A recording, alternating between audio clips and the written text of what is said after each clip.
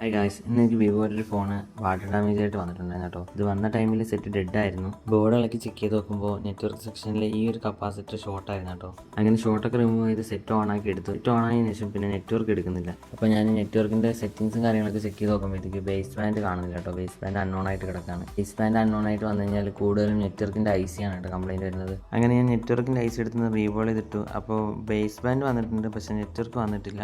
അങ്ങനെ ഞാൻ 2G ഐസിയും അതുപോലെ തന്നെ 4G ഐസിയും കൂടെ ഒന്ന് റിമൂവ് ചെയ്ത് നോക്കി. അപ്പോൾ അതിൽ 1-2 പോയിന്റുകളൊക്കെ വെള്ളം കയറിയിട്ട് ബ്രേക്ക് ആയിട്ട് കിടക്കായിരുന്നു. അങ്ങനെ ആ പോയിന്റുകളൊക്കെ കണക്ഷൻസ് ഇട്ട് കൊടുത്തിട്ടുണ്ടായിരുന്നു. അപ്പോഴും നെറ്റ്വർക്ക് പ്രോപ്പറായിട്ട് വന്നിട്ടില്ല. 2G മാത്രമേ കിട്ടുന്നുണ്ടായിരുന്നുള്ളൂ. 4Gയിലോട്ട് കൺവേർട്ട് ചെയ്യുമ്പോഴത്തേക്ക് കുറച്ച് കഴിയുമ്പോഴത്തേക്ക് സെറ്റിങ് നോ സർവീസിലോട്ട് പോകുമായിരുന്നു. അങ്ങനെ ഞാൻ നെറ്റ്വർക്ക് സെക്ഷനിലെ വോൾട്ടേജ് ഒക്കെ ചെക്ക് ചെയ്ത് നോക്കുമ്പോഴത്തേക്ക് 4GB താഴെയായിട്ട് വരുന്ന ഒരു റെസിസ്റ്റർ വെള്ളം കയറിയിട്ട് ഡാമേജ് ആയി പോയിട്ടുണ്ടായിരുന്നു കേട്ടോ.